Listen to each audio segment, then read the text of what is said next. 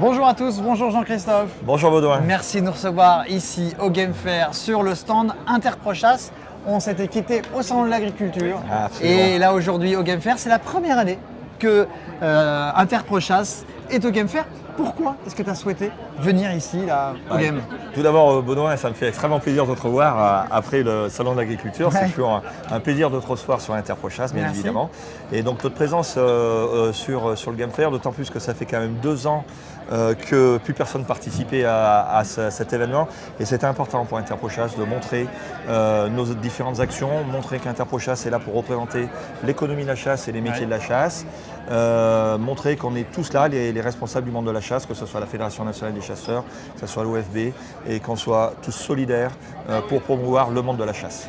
Qu'est-ce que vous organisez ici pendant le salon ? Alors, notre principale activité, c'est bien évidemment la promotion de la venaison du gibier. C'est la thématique choisie cette année au Game Fair en 2022. Donc on a différentes activités. On a notamment notre jeu concours avec les petits tickets à gratter que vous pouvez voir ici, qui sont donnés à chaque visiteur à l'entrée. Et il y a un ticket à gratter et les gagnants peuvent remporter un livre de recettes. Le gibier y avez-vous pensé, ainsi qu'une plaquette qui explique un petit peu nos différentes actions. On rappelle rapidement les actions principales d'Interprochasse pour la défense de la chasse. Alors les actions principales pour la défense de la chasse, c'est à savoir déjà développer une meilleure image de la chasse via l'activité économique, puisqu'on représente les membres économiques, et donc notamment en passant par la valorisation de la viande de gibier, donc par la venaison.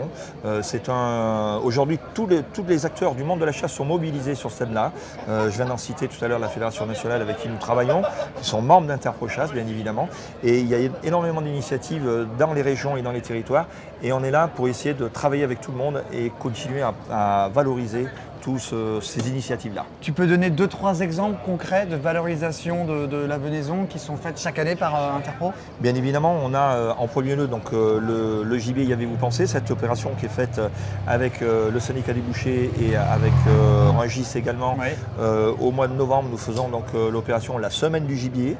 Donc Rungis met en avant au pavillon volaille de la viande de gibier. Et puis on a notre opération emblématique qui s'appelle les gibiers, le chasseur du cœur. Pardon, les chasseurs du cœur, auquel tu es venu nous rendre visite dernièrement. Bien sûr, où chaque année il y a des faisans qui sont donnés. On offre 5000 faisans, l'équivalent de 24 000 repas pour les punus ici situés dans le cadre d'un partenariat avec la Banque alimentaire nationale. Interprochasse, c'est la venaison, mais c'est aussi la défense de sujets importants. En ce moment, c'est notamment la grippe aviaire. Qu'est-ce que fait Interpro justement pour réussir à travailler sur ces dossiers et faire avancer pour pas que les éleveurs se retrouvent dans la panade, je dirais. Je te remercie. Un petit clin d'œil à mes amis éleveurs de gibier, parce que je suis moi-même éleveur de gibier, représentant du syndicat. Et la canicule actuelle que nous subissons vient encore un peu accentuer nos difficultés d'élevage. Mais tous les éleveurs sont mobilisés pour faire en sorte qu'il y ait du gibier cette année sur les territoires français. Bien sûr. La filière gibier a été extrêmement impactée par la crise de la grippe aviaire, influenza aviaire au printemps, puisque c'est dans le cœur, je dirais, de la zone de production de poussins qu'il y a eu la plus grosse attaque de l'influenza aviaire dans les Pays de Loire. Donc Interprochasse intervient auprès des pouvoirs publics.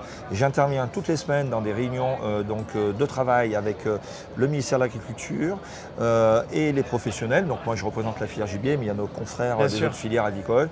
Et on travaille pour faire améliorer notamment la réglementation, pour faire en sorte qu'on puisse, comme on dit, c'est assurer une continuité d'activité pour limiter au maximum l'impact de cette crise sur la mise en place du gibier. On aura je me permets de le dire, on aura quand même quelques difficultés pour proposer du gibier sur la première partie de la saison, notamment sur les remises en nature de repeuplement d'été et jusqu'à l'ouverture. On a bon espoir de pouvoir donc bien redémarrer là, puisque ça fait une quinzaine de jours qu'on a pu redémarrer l'activité dans les Pays de Loire. Pour à partir de fin septembre, début octobre, fin de saison, il y aura du gibier en quantité nécessaire. Nous avons discuté avec la Fédération nationale des chasseurs, nous sommes mis d'accord pour privilégier aussi le marché français. Mon rôle, c'est de défendre le Made in France, une filière de gibier de qualité. Et à faire plaisir à nos amis chasseurs. Il est normal qu'on soit contraint de manger des gibiers qui viennent de l'autre bout du monde, de Nouvelle-Zélande ou ailleurs. Donc, voilà, tout à fait. Il y a un autre point important sur lequel vous travaillez, Interprochasse, c'est la problématique du plomb. On le sait, on va être très contraint potentiellement. Qu'est-ce que fait Interpro justement pour tenter de défendre la profession des armuriers, des fabricants d'armes? Absolument, donc nous avons la chance d'avoir comme membres notamment le SNAFAM et puis l'ensemble des syndicats des armuriers et des productions de munitions. On est très sensible sur ce sujet-là. Nous essayons de travailler justement avec les pouvoirs publics pour trouver des solutions à la fois. La grande difficulté, c'est toujours les choses qui sont faites de façon trop brusque. Nous, ce qu'on demande, c'est du temps. On demande du temps pour pouvoir adapter les technologies, adapter les concepts industriels pour essayer d'être tout simplement opérationnel sur le plan industriel et sur le plan économique. La grande difficulté aujourd'hui, c'est que la matière qui est utilisée, qui est le plomb, est une matière qui était moins chère, mais qui est une matière aussi qui était relativement efficace. Et je peux me permettre une petite appréciation personnelle. Je trouve que les quantités de plomb qu'on met ou qu'on dépose dans la nature ne sont pas, franchement, par rapport à d'autres sources de pollution, sont loin d'être la pollution la plus dangereuse pour préserver la biodiversité. On est bien d'accord. En tout cas, on était chez Interprochasse et je crois, Jean-Christophe, que maintenant, on va en déguster un petit peu de gibier. Absolument. Voilà. On va aller déguster un peu du gibier avec notre partenaire qui est juste à côté, EDCP, qui nous prépare de très bonnes recettes de gibier innovantes à partir du livre Le gibier, y avez-vous pensé? Eh bien, Baudouin, je t'invite à traverser chez nos collègues. C'est parti, on y va. C'est parti. Adrien, merci de nous recevoir sur ton stand EDCP ici au Game Fair. Qu'est-ce que c'est EDCP? Alors, en fait, vous êtes ici sur le stand du Gazelle, donc c'est un groupement d'achat spécialiste dans la grande cuisine, le froid et la climatisation, avec 3 associés, donc EDCP, Michel et Albert et Berry-Froid. D'accord. Et on est venu spécialement sur le salon des chasseurs pour montrer un petit peu comment on peut d'abord les accompagner dans les chambres froides et dans la venaison, mais après pour mettre en valeur les produits, notamment la venaison. Particulièrement cette année, Interprochasse nous a offert toute la venaison et on essaie de le décliner.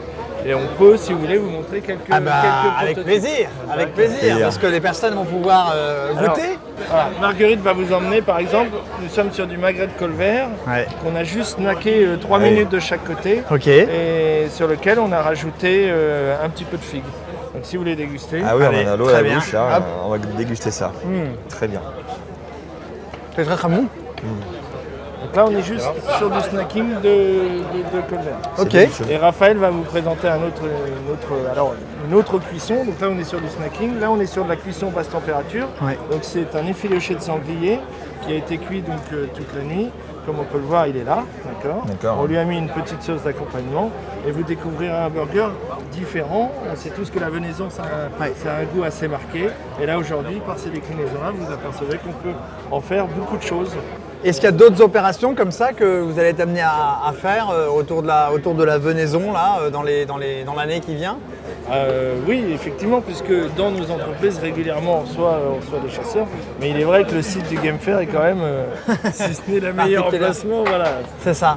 Et on a beaucoup de visites, on le fait toute la journée. Et là, on découvre qu'on est bien en France, puisque toute la journée, ça marche. On peut découvrir du sanglier de 10h à 21h. Peu importe l'heure, ça fonctionne. Voilà, bon. Tu voulais conclure éventuellement, Jean-Christophe?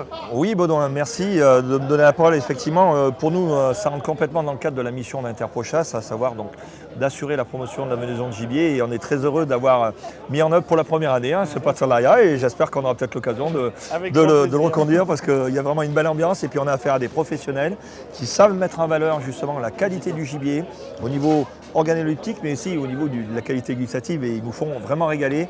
Et au vu de la fréquentation de leur stand, je crois que ça marche. Ça a bien marché. Voilà, ça marche. Donc, en tout cas, un grand bravo et un grand merci. Non, merci à vous. Merci Adrien.